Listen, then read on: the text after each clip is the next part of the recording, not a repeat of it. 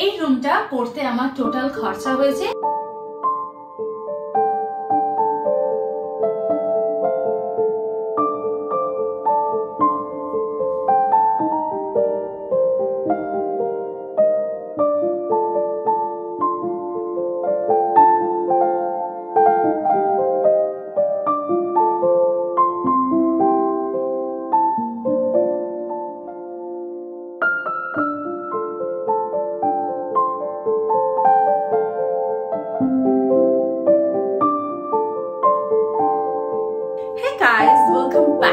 Channel. আর আজকের ভিডিওটা কি নিয়ে আশা করি তোমরা বুঝেই নিয়েছো টাইটেল আর থাম্বনেল দেখে। আর আজকে আমি তোমাদের সাথে শেয়ার করব আমার প্রিন্সেসের বেডরুমে ট্যুর। এই রুমে আমি কি কি ইন্টেরিয়ারের কাজ করিয়েছি এবং তাতে কি বাজেট লেগেছে, তো সেটাই আজকে আমি তোমাদের সাথে শেয়ার করব। এখানে দেখেই বুঝতে পারছো যে এখানে হালকা পিচ কালার এবং হোয়াইট কালারের কম্বিনেশন করে এই রুমটাকে ডেকোরেট করা হয়েছে। তো চলো বেশি দেরি না করে ভিডিওটা শুরু করা যাক। Welcome to my princess room. অন্যান্য দরজার মতনই এই দরজার ল্যামিনেশনটা ম্যাচিং করে করা হয়েছে, সেটা আমি কিন্তু ড্রয়িং রুম এবং লিভিং রুম টুরেই তোমাদের সাথে শেয়ার করেছি। যদি কেউ মিস করে গিয়ে থাকো তাহলে আই বাটনে আমি দিয়ে দেবো, তাহলে সেখান থেকে তোমরা চেক করে নিতে পারো। আর এই রুমটা হচ্ছে নর্থ ওয়েস্ট ডিরেকশনে। আমি বলেছি একটু অর্ধ কিন্তু আমি বাস্তু আমার বাড়িতে ফলো করেছি। নর্থ ওয়েস্ট সাইড হচ্ছে কিডস রুমের জন্য কিন্তু বেস্ট রুম। একেবারেই কিন্তু ইস্ট সাইডে যদি কারো রুম থেকে থাকে সেখানে কিন্তু কখনোই বাচ্চাদের রুম করা উচিত না, সেটা ছেলে হোক বা মেয়ে হোক। তো সেই জন্য আমি এই রুমটা চুজ করেছি টুইটির জন্য। ফার্স্ট যখন আমরা প্রপার্টিটা পারচেস করেছিলাম প্রথমে ভেবেছিলাম এটাই আমরা আমাদের মাস্টার বেডরুম তৈরি করব, আর পাশের রুমটাকে মাস্টার বেডরুমটাকে আমরা কনভার্ট করব টুইটির রুমে। কিন্তু যখন আমরা বাস্তুটাকে ফলো করতে শুরু করলাম তখন দেখলাম সেটা একদমই ভুল হতো। তো আমাদের প্রপার্টিটা মোটামুটি বাস্তু ফলো করেই বানানো হয়েছে, সেই জন্য আমি আমার এই রুমটাকে টুইটির রুমেই কনভার্ট করতে পেরেছি। বাইরের ল্যামিনেটটা যেরকম ড্রয়িং রুমের সঙ্গে ম্যাচিং করা হয়েছিল, ভেতরের ল্যামিনেটটা কিন্তু ভেতরে যে ইন্টেরিয়ার করা আছে, যে কালার ফলো করা আছে সেটাকেই ফলো করা হয়েছে। এখানে একটা পিচ কালারের ল্যামিনেশন এবং হোয়াইট কালারের ল্যামিনেশন ইউজ করা হয়েছে। আর এই ল্যামিনেশনটার কিন্তু সলিড মানে পিওর মিল্কি হোয়াইট নয়, একটু ক্রিমি কালার আছে, সেটা হয়তো ক্লোজলি খালি চোখে দেখলেই বেশি বোঝা যায়। আর এইটা হচ্ছে এই সানমাইকাটার মধ্যে একটু এমবস ব্যাপার আছে, একটু এঁকো ব্যাপার আছে, এটা ফিল করা যায়, খুব সুন্দর এটা। আর এই কালারটা কিন্তু টুইটি চুজ করেছে। আর এই ল্যামিনেটটা পুরো ঘরের সঙ্গেই ম্যাচিং করে লাগানো হয়েছে। এইখানে ঘরে ঢোকার পরে একটা ব্ল্যাঙ্ক ওয়াল আছে, এটার মধ্যে বেশ ভালো মতো ডেকোরেশন করা যাবে এবং সুইচ বোর্ড রয়েছে। তারপরে এটা যেটা দেখতে পাচ্ছ এটা হচ্ছে ক্যাবিনেট বানানো রয়েছে, বুক ক্যাবিনেট। তো ঘরের ভেতরে আরেকটু ঢুকে এলে মানে ঘরে ঢুকে রাইট হ্যান্ড সাইডে পড়ছে ওর স্টাডি টেবিল। অ্যাজ পার বাস্তু কিন্তু এই কর্নারটা কিন্তু স্টাডি টেবিল হওয়া উচিত। আর দেখো আমি যেটা পড়ে বুঝেছি সেই অনুযায়ী বানিয়েছি। আমার থেকেও যারা ভালো বাস্তু বোঝো, যদি কিছু ভুল হয়ে থাকে তাহলে অবশ্যই কিন্তু আমাকে জানাতে পারো। কর্নারটা আমি বাস্তু হিসেবে আমি একটা টেবিল বানিয়েছি এবং আমি বেশ বড়সড় টেবিল বানিয়েছি, যাতে ও পড়লেও পাশে আরেকজন বসে ওকে পড়াতে পারে, বা ল্যাপটপ, আজকালকার দিনে বাচ্চাদের তো গ্যাজেট নিয়ে পড়াশোনা, একটা সামনে ল্যাপটপ ওপেন করে রেখে যাতে সামনের রিটেনের জায়গা থাকে, সেই জন্য আমি একটু বড় সাইজের স্টাডি টেবিলটা বানিয়েছি। এখানে স্টোরি বুক রাখার জন্য বানানো হয়েছে, আর এখানে বানানো হয়েছে ওর কিছু খেলনা রাখার জন্য। হ্যাঁ, আমি এটা হয়তো কাঁচের বানালেই বেশি ভালো লাগতো, জিনিসগুলো ভিজিবল হতো, কিন্তু টুইটি ধীরে ধীরে বড় হচ্ছে, ওর কাছে এত কিছু ভিজিবল হলে কিডস রুম লাগবে, আর এরপরে যদি আর রুমটা ভালো না লাগে সেই জন্য আমি এটা কাভারেই রেখেছি। যা কিছু ডিসপ্লে করার ইচ্ছা হবে সেই জন্য আমি এখানে একটা শেলফও বানিয়ে নিয়েছি, যা টুকটাক ঘরের থিমের সঙ্গে ম্যাচিং করে এখানে ডেকোরেশন করা যাবে। আর নিচে আমি এখানে এবং এখানে প্রোফাইল লাইট লাগিয়ে দিয়েছি, তার জন্য স্টাডি করার জন্য বেশ ভালো মতো লাইট এখানেও পেয়ে যায়। আর ওপরে এটাকে পুরো 7-এর মতন করে করেছি। আর এখানে ওর রেগুলারে বই খাতা এইসব জিনিসগুলো, স্টেশনারি যে জিনিসগুলো, এগুলো একদমই অর্গানাইজ নয়, সেই জন্য আমি ভালো করে খুলে দেখাচ্ছি না, বাট এখানে সব ওর বই খাতাগুলো ধরে যায়। আর ওপরে একটা ডিসপ্লে বক্স টাইপের আমি বানিয়ে রেখেছি। এখানে আপাতত একটা মানি প্ল্যান্ট রেখেছি, এটা কিউট কাপের মধ্যে। আর ওর একটা অ্যাচিভমেন্ট বলতে পারো, আরো ওর কিছু অ্যাচিভমেন্ট আছে যেগুলো মেডেলে আছে, সেগুলো হ্যাং করানোর এখনো জায়গা পাইনি। ও ইউএসএমএস এর থেকে যে র্যাঙ্ক করেছিল তার আর কি ওখানে আমি রেখে দিয়েছি। আর এই টেবিলের সঙ্গে আমার ভীষণ ইচ্ছা ছিল একটা সিটিং এরিয়া বানানোর। আমি একটা সিটিং এরিয়া বানিয়েছি আর এটার উপর একটা গদি লাগিয়ে দিয়েছি যাতে কমফোর্টেবলি ও বসতে পারে। আর পিছনে ভিউটা ভীষণ সুন্দর, সো এখানে বসে ও স্টোরি রিডও করতে পারে। আর নিচে আমি কিছু স্পেস ছাড়িনি, এখানে আমি কিছু স্টোরেজ আমি বানিয়ে নিয়েছি। এখানে রেগুলারের জিনিসপত্র বা টয় বা বোর্ড গেম যেগুলো হয় সেগুলোও ভালো করে স্টোর করে রাখতে পারে। আর এই জায়গাটা হওয়াতে আমরা যেমন সিটিং হিসেবেও ব্যবহার করতে পারি, আর ওর যে গিটার বা বড় সফট টয় এগুলো ও ভালো করে রেখে দিতে পারে। আর এই সিটিং এরিয়ার পরেই আমি এখানে একটা স্লাইডিং ওয়ার্ড্রপ করেছি। ওয়ার্ড্রপেও দেখতে পাচ্ছ এখানে হোয়াইট ল্যামিনেট এবং এখানেও এরকম এমবস যে ল্যামিনেটটা আমি চুজ করেছিলাম সেইটাকে চুজ করেছি এবং মাঝখানে রোজ গোল্ড কালারের টি পট্টি ইউজ করেছি উইথ হ্যান্ডেল, এটাও কিন্তু রোজ গোল্ড কালারের। তো এই ওয়ার্ড্রপটা বানিয়েছি এবং তার উপরে লফটও বানিয়ে নিয়েছি, কারণ ওপরটা ফাঁকা রাখার কোনো মানে হয় না আর আমাদের প্রচুর জিনিস ওখানে স্টোর হয়ে যায়, তো উপরে একটা লফট বানিয়ে নিয়েছি। আর এই ওয়ার্ড্রপটা আর সঙ্গেই কিন্তু পুরোটা অ্যাটাচ রয়েছে, ওই স্টাডি টেবিল এবং সিটিং এরিয়া আর ওয়ার্ড্রপ সব একসাথে অ্যাটাচ করা রয়েছে, এগুলো কোনোটাই মুভেবল নয়। আর এইদিকে জানলায় আমি একটা ব্লাইন্ডস লাগিয়েছি, কারণ এখানে যদি আমি কার্টেন্স লাগাতাম তাহলে এখানে মুভটা ঠিক ভালো লাগতো না এবং অসুবিধেই হতো। সেই জন্য এখানে আমি একটা প্যানেলিং তৈরি করেছি যাতে কার্টেন্সটা যে ঝুলবে, এখন ব্লাইন্ডসটা ঝুলছে সেটা ভালো করে কভার হয়ে গেছে ওপরটা। এখানে আমি একটা প্যানেলিং করে নিয়েছি আর এই দিকে জানলার ওপরে সেম ভাবে একটা প্যানেলিং করেছি।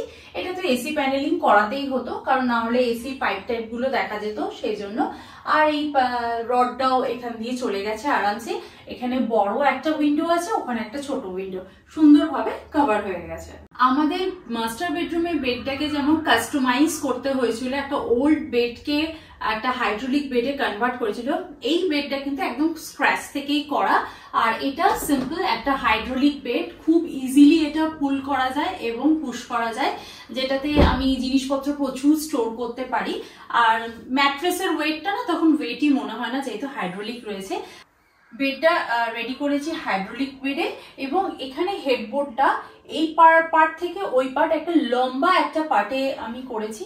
এখানে দু সাইডে দুটো সাইড টেবিল রয়েছে, সাইড টেবিলের ওপরেও কিন্তু আমি এখানে কুশনিংটা দিয়েছি যাতে বেডটা অনেক বেশি লম্বা লাগে, কারণ সিঙ্গেল বেডের থেকে একটু বড়, এখানে দুজন কিন্তু শোয়া যায়, মানে কমফোর্টেবলি শোয়া যায়।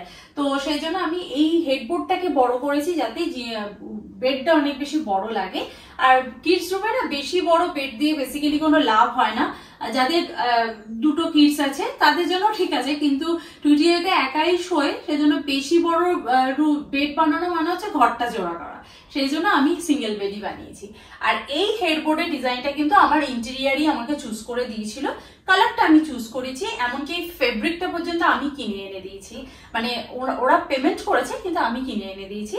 আর এমনি ঘরের থিম কি হবে, ডিজাইন কি হবে, সেটা কিন্তু আমি পুরোটাই আমার ইন্টেরিয়ারকে 2D-তে ডিজাইন করে দিয়েছিলাম। আর বেডটা দুপাশে আমি দুটো সাইড টেবিল করেছি, সাইড টেবিল গুলো কিন্তু হ্যাঙ্গিং সাইড টেবিল করেছি, দেখতে বেশি ভালো লাগবে, কারণ ফ্লোরে লাগানো থাকলে না রুমটা আরো বেশি ছোট লাগে। অ্যাজ পার ডিজাইনে এটা কিন্তু ফলো করতে হবে, মানে ফার্নিচার যত হ্যাঙ্গিং থাকবে তত কিন্তু ফ্লোরটা অনেক বেশি বড় লাগে, সেই জন্য আমি দুটো সাইড টেবিলই কিন্তু হ্যাঙ্গিং এ রেখেছি। আর মেয়ের রুম বলে কথা, এখানে একটা ড্রেসিং ইউনিট থাকবে না তা তো হয় না, কিন্তু দেখতেই পাচ্ছ রুমে আর কোথাও ড্রেসিং ইউনিট বানানোর সেরকম জায়গা ছিল না, যেখানে সেখানে একটা লাগিয়ে দেবো তাহলে তো ভালো লাগবে না দেখতে। কিন্তু আমার ইন্টেরিয়ারেরই একটা অন্য প্রজেক্টে আমি এই আইডিয়াটা পেয়েছিলাম, যেটা ইন্টেরিয়ার করেছে তাকে তো একটা তারিফ করতেই হবে তাই না। তার ইন্টেরিয়ারের অন্য একটা প্রজেক্টে সে করেছিল, সেখানে সে ব্লু কালারের হেডবোর্ড লাগিয়েছিল মাস্টার বেডরুমে, তো আমি সেই থিমটাকেই বলেছিলাম আমাকে এখানে কপি পেস্ট করে দিতে। তো এখানে যেহেতু টুইটি রুম একটু মেকআপ শেকআপের করার জায়গা তো রাখতেই হবে, সেই জন্য আমি টুইটি রুমে সিলিকের টপ টু বটম বলবো না, এই মিডলমেন্ট পর্যন্ত আমি এখানে একটা মিরর অ্যাড করে দিয়েছি, মিররের চারপাশেও কিন্তু কুশনিং করে দিয়েছি। সুইচ বোর্ডও আছে, বেড থেকে সমস্ত রকম লাইট ফ্যান এগুলোকে অ্যাক্সেস করতে পারে। আর এইখানে আমি কিছু স্টোরেজও বানিয়ে দিয়েছি, যেহেতু সাইড টেবিল ওর রেগুলারের যে মেকআপের জিনিসপত্র মেয়েদের তো জানোই কত কিছু লাগে, বিশেষ করে বাচ্চা মেয়েদের হেয়ার অ্যাক্সেসরিজ কত কিছু।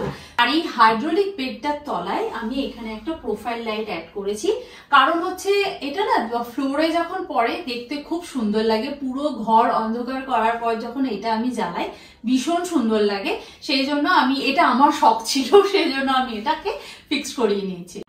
তারপর ভেবেছিলাম যে নিচে যখন লাইট লাগিয়েছি এখানে আমি একটা লাইট লাগিয়ে দিই, তারপর দেখলাম যে ওটা দিলে না সেই সুন্দর এফেক্টটাই হবে না, তো সেই জন্য এখানে আমি জাস্ট ক্রিসমাসের জন্য এখানে একটা ছোট্ট স্টারের লাইটটা দিয়েছি। তোমরা আশা করি দেখেছো আমি টুইটির বেডটাকে ক্রিসমাস থিমে কিন্তু সাজিয়ে দিয়েছি। আর এই ব্যাক ওয়ালে আমি এখানে একটা ওয়ালপেপার লাগিয়েছি, ওয়ালপেপারটা এশিয়ান পেইন্টসের। আর এখানে একটা রোলও লাগিনি, পুরো এইটুকুই লাগিয়েছি। অনেকেই বলতে পারে তাহলে তুমি এই দেওয়ালটা কেন ওয়ালপেপার লাগালে না, কিন্তু অ্যাজ পার থিমে যদি তুমি চলো, এইটা প্লাস এইটা মানে এই দেওয়ালটা পুরোটা যদি আমি এই ওয়ালপেপারটা লাগাতাম তাহলে কিন্তু লুক ওয়াইজ অত ভালো আসতো না এবং ঘরটা আরো ছোট লাগতো। সেই জন্য অল্প জায়গায় ওয়ালপেপারটা লাগিয়েছি। আর এই জায়গাটায় ঘরের আদার্স ওয়ালগুলো যে কালারটা করেছি হালকা বেবি পিঙ্ক কালার, সেই বেবি পিঙ্ক কালারটাই আমি এখানে দিয়েছি। আর ওয়ালপেপারটা একটা রোলই কেনার পরেও দেখছি অনেকটা পেপার এক্সট্রা থেকে গেছে, সেই জন্য আমি স্টাডি টেবিলের তলাতেও লাগিয়ে দিয়েছি। হ্যাঁ, ওটা দেখা যাচ্ছে না, কিন্তু কি বলতো যদি পাটা লেগে যায় দেওয়ালটা তাহলে কোনো রকম ড্যামেজ হবে না। অ্যাকচুয়ালি এক্সট্রা ছিল সেই জন্যই লাগিয়ে দেওয়া।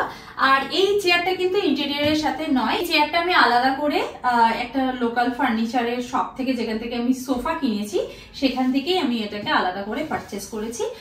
এই ঘরের সঙ্গে ম্যাচিং করেই বলতে পারো। হ্যাঁ, পিঙ্কও কিনতে পারতাম, কিন্তু পিঙ্ক কিনলে না বড্ড বেশি পিঙ্ক পিঙ্ক ব্যাপারটা হয়ে যাচ্ছিল, সেই জন্য একটু কন্ট্রাস্ট করবার জন্য হালকা গ্রে কালারটা চুজ করেছি। এই হচ্ছে টুইটির পুরো রুম ট্যুর। এবার আমি আসি কোন ফার্নিচার বানাতে কত টাকা খরচা যায়। কেউ যদি পার্টিকুলার একটা ফার্নিচার বানাতে চাও তাতে তার কতটা বাজেট লাগতে পারে সেটা নিয়ে এখন ডিসকাস করবো। ফার্স্টেই আসি এই ওয়ার্ড্রপে। এই ওয়ার্ড্রপটা 6 ফিট বাই 9 ফিটের মতন হাইট আছে। শুধু এই স্লাইডিং ওয়ার্ড্রপটা বানানোর জন্য আমাদের 72,000 এর মতো লেগেছে। ওরা অ্যাপ্রক্স 1300 টাকা স্কোয়ার ফিটের মতনই কি হিসেব করেছিল, তো 72,000 টাকা আমার শুধু এই স্লাইডিং ওয়ার্ড্রপ বানাতে লেগেছে।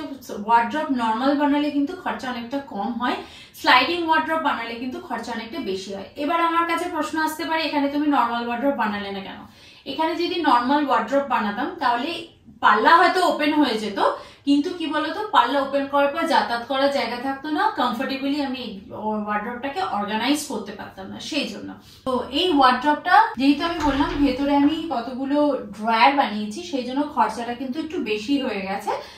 যদি তোমরা ড্রয়ার না বানাও খরচা অনেক কমে যায়। আর আমি ড্রয়ার করার কারণ আছে, সেটা আমি অর্গানাইজেশন ভিডিওতে বলবো। আর ভেতরে যে ডিভিশন গুলো হয় সেগুলো একদমই নর্মাল ডিজাইনের মতন করে আমি একদমই নিইনি। এই ডিজাইনটা টুইটির জামা কাপড় কিভাবে রাখবো একটা প্ল্যানিং ছিল, সেই প্ল্যানিং অনুযায়ী আমি এটা নিজে ড্রয়িং করে দিয়েছিলাম, সেই মতনই বানানো হয়েছে।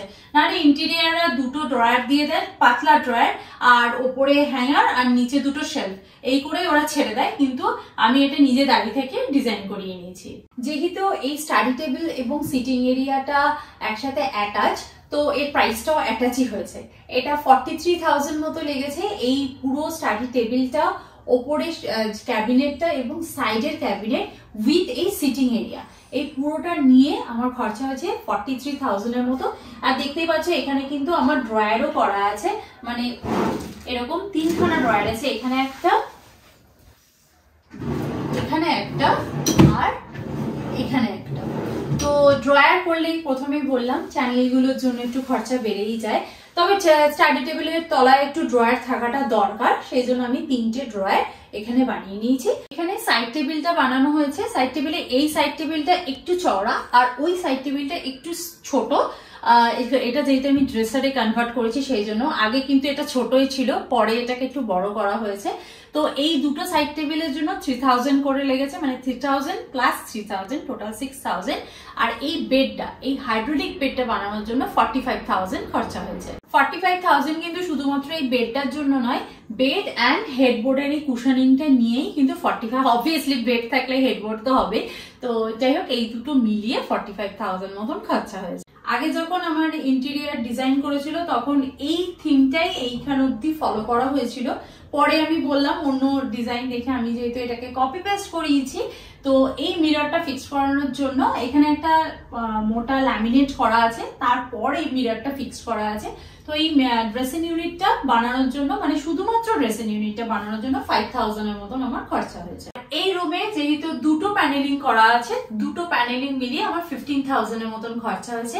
আর লাইট তো রয়েছে, এই লাইট গুলো কিনতে কত খরচা হয়েছে সেটা আমি ফাইনাল যখন হোম ট্যুর দেবো তখনই বলবো। প্রথমে বলেছি একটা একটা ঘরে কিভাবে একটু একটু লাইট কি খরচা হয়েছে সেটা বলাটা পসিবল নয়, সেটা আমি একসাথেই পরের ভিডিওতে বলে দেবো। এই রুমটা করতে আমার টোটাল খরচা হয়েছে 1,70,000 টাকার মতন। তবে হ্যাঁ, শুধুমাত্র কিন্তু এখানে উডেন ওয়ার্কই নেওয়া হবে, কারণ কালারটা তো পুরো ফ্ল্যাটের সঙ্গে একসাথে করা হয়েছে এবং ইলেকট্রিকের কাজও পুরো ফ্ল্যাটের সাথে একসাথে করা হয়েছে, সেটা টোটালের উপর ধরা হয়েছে। শুধুমাত্র এই উডেন ওয়ার্ক গুলো করতেই আমাদের 1,70,000 এর মতো খরচা হয়েছে এই রুমটার জন্য। তো চলো, অনেকেই বলছিল তোমার বাচ্চার রুম কেমন ডেকোরেট করেছো সেটা দেখার জন্য। এটা ডেকোরেশন নয়, এটা ইন্টেরিয়ারের কাজই আমি তোমাদেরকে দেখালাম। ডেকোরেশনের ভিডিও পরে আসবে। এখন যেহেতু ক্রিসমাস চলছে, একটু ক্রিসমাস থিমে চলছে সব। তো কেমন লেগেছে অবশ্যই কমেন্ট করে জানিও। আর তোমরা আমার এই চ্যানেলে আর কি কি ভিডিও দেখতে চাও তার টপিকেও কিন্তু তোমরা আমাকে কমেন্ট করে জানাতে পারো। তো চলো, আজকে ভিডিওটা এই অবধি থাক, দেখা করছি নেক্সট ব্লগে। ততক্ষণের জন্য তোমরা খুব ভালো থেকো, সুস্থ থেকো আর লাইফটাকে এনজয় করো। সামনে ক্রিসমাস, এনজয় করতে কিন্তু একদম ভুলো না। Bye bye, see you in next video. By.